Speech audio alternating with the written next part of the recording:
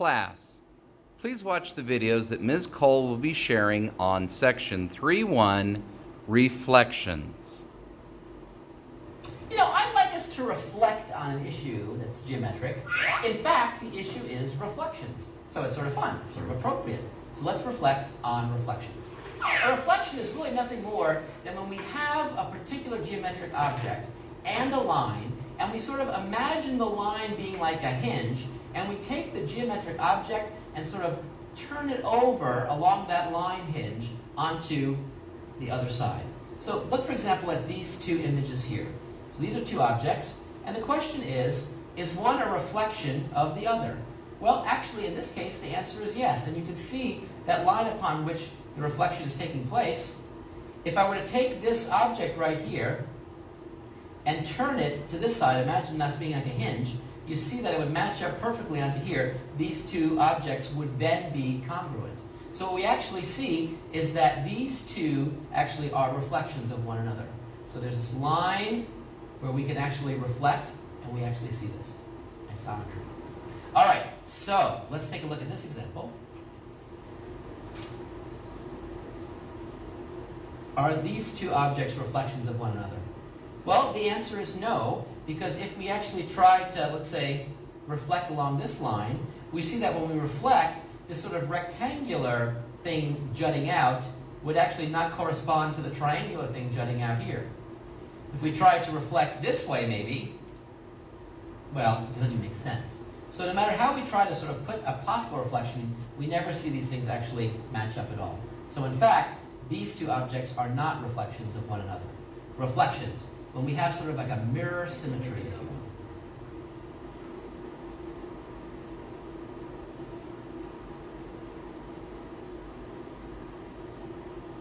Just to see how you can actually draw reflections, let's take a look at an example.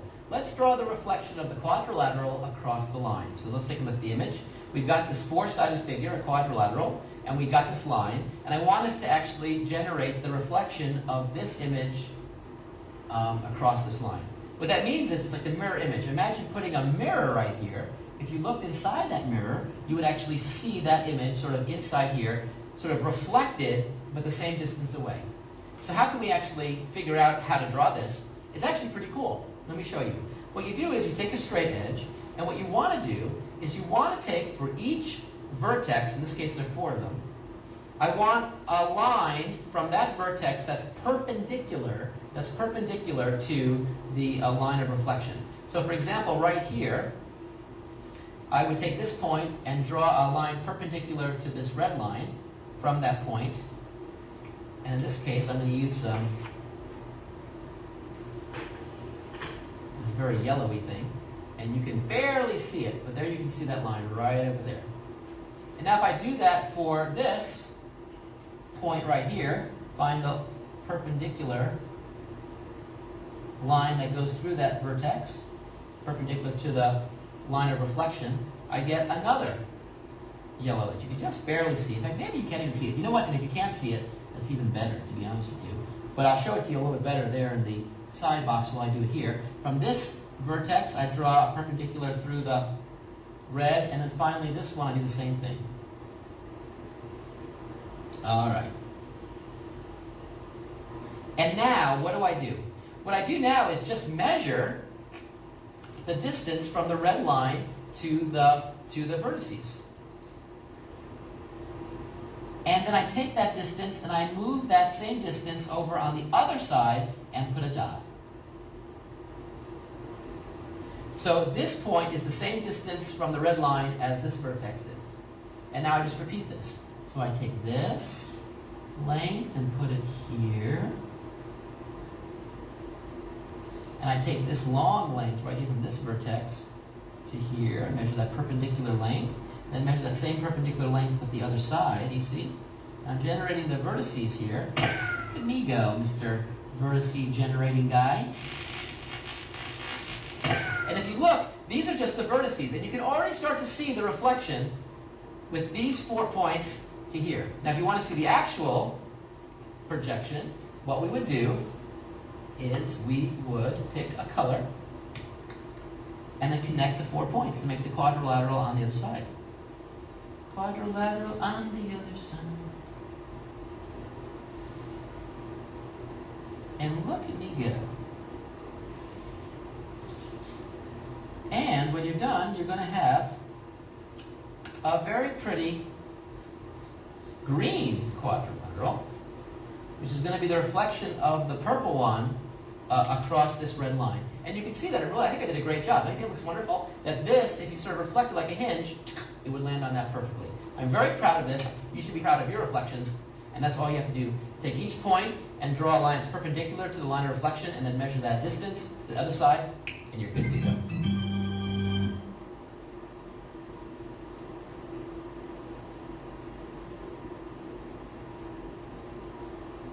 Reflections actually are handy in everyday life. Let's take a look at a real-world application where the secret is going to involve a reflection. So a trail designer is planning 2 trails that connect picnic areas A and B to a point on the river. He wants the total length of the trails to be as short as possible. The question for us is, where should the trail meet the river? Let's take a look. So this is a picnic area here. We have these 2 picnic areas in particular, A and B, in this sort of campground. And we've got this river. And what we want to do is we want to actually have a trail that goes from B to the river, so people can sort of enjoy the river. Oh, look, the river, the river, the river. And then go from there to a different trail to actually get to picnic area A. So we want to actually produce this trail, but we want it to be as short as possible. So what's the shortest path from B to the river and then to A? Well, to find the shortest path, here's what we do. We take B and we reflect it over the river, which means that we find the line that is perpendicular to the river, or the line that represents the liver. The liver. I just said the liver. That's right. I meant the river. That goes through B. So here we go.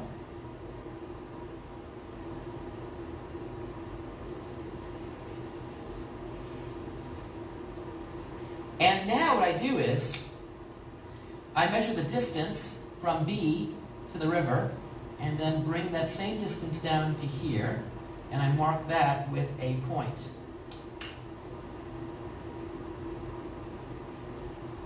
So this is a reflection. I could call this B prime. It's the reflection of B over the river and through the woods. All right. Now, here's the secret. If you want to find the shortest path, you know the shortest distance is, in fact, a straight line. But now what we do is we use the straight line from A to B prime. So I connect A and B prime together, and that straight line distance is the path from the river to A. And so that straight line distance right here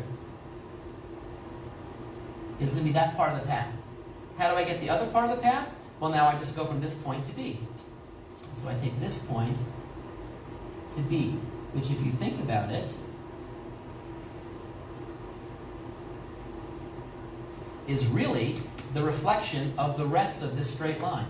If I draw in this straight line, beep, beep, beep, beep, beep, beep, beep, beep, beep, beep, beep, beep, beep. It looks like that.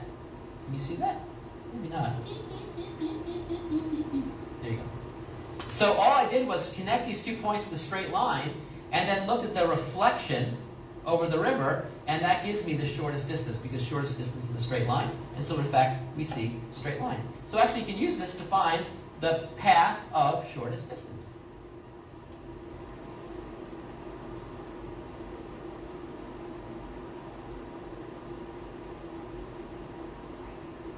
All right, let's take a look at some experiments where we actually consider reflections that actually appear in the coordinate plane. So let's consider the triangle that has vertices A, B, C, located at 1, 3, 1, 5, 2, 2. And let's consider the reflection of that triangle over the line represented by the x-axis. So here's a graph for our viewing enjoyment. And so you can see A, B, C. And what I'd like to do is I want to reflect this over the x-axis. So what does that mean? Where would the points go? Well, C, I measure the perpendicular distance from C to the x-axis, which is 1, 2. And so I go that many units in the opposite direction, so I go down. And that's going to give me what I'll call C prime. C prime, which is 2, comma, negative 2. This is 1, 2, 3 units up, and so now I'm going to go 1, 2, 3 units down. That's going to give me A prime, which is located at, oh, I'm sorry, there's a typo here. This is actually located at 2, comma, negative 2, negative 2. This is located at 1, comma, negative 3. And finally, this point B is located 1, 2, 3, 4, 5 units away. So I go 1, 2, 3, 4, 5 units away. And I see that B prime is located at 1, negative 5. So the reflected triangle over the x-axis, if we take the red and reflect over the x-axis, magically becomes green for your viewing enjoyment. And in fact, it would look like that. And that sort of looks good, doesn't it? I mean, you can sort of see how if you took this and imagine the x-axis being a hinge, it would land right on top of that. So there you have it. Let's try one more together. These are kind of fun. So let's consider the quadrilateral that has vertices D, E, F, G given. And let's now reflect that over the line y equals x. Y equals x, so here I've actually already graphed it. And the y equals x line is when y and x are equal. It's the line that goes right, cuts right into the center of the first and third quadrant. And so how do we actually reflect this? Well, it's pretty easy. This just says flip x and y. So all we have to do here for each of these points is to flip x and y. Let's start with, let's see, this point here is 1, comma 3, so that's actually D. Ooh, red. Mark this. D. 1, comma 5 is E. F is 4, comma 5, that's F. And G is 4, comma 4. Okay, so let's see what the reflection would look like. So let's take G. Well, G is 4, comma 4. If I reflect it over this line, since that's actually already on the line, I see that, in fact, I'm still going to remain on that line. And so that really is going to be G prime. 4, comma 4. All right, let's take F. Well, right now, F is located at 4, comma 5. When I reflect it over this line, that switches the x and the y, and so now I'm going to be at 5, comma 4, 5, comma 4. This is going to be F prime. When I take a look at this point E was 1, comma 5. So now I'm going to go 5, comma 1. And so this point's going to be way out here. This is going to be E prime. And finally, this point D, which is 1, comma 4, is now going to be, 1, comma 3 is now going to be 3, comma 1. And that's going to be D prime. And when I connect them all, I see a green prime figure that is actually going to be a very nice reflection. This is going to reflect very nicely on me. Okay. And there you see it. And you can see this really sort of looks like what it should. Namely, imagine putting a mirror right here. If you looked inside the mirror, you would see this reflection. That's why it's called a reflection. And what you can see clearly here is that all I did was take all these distances and match the same distance perpendicular. In this case, since we have y equals x, that's the same thing as switching the x and the y values in order to actually produce this very nice reflection. Anyway, reflections are beautiful, beautiful images that when you put them together with the line of reflection produce a wonderful symmetry that is hypnotic, beautiful, and inspiring. I'll see you soon.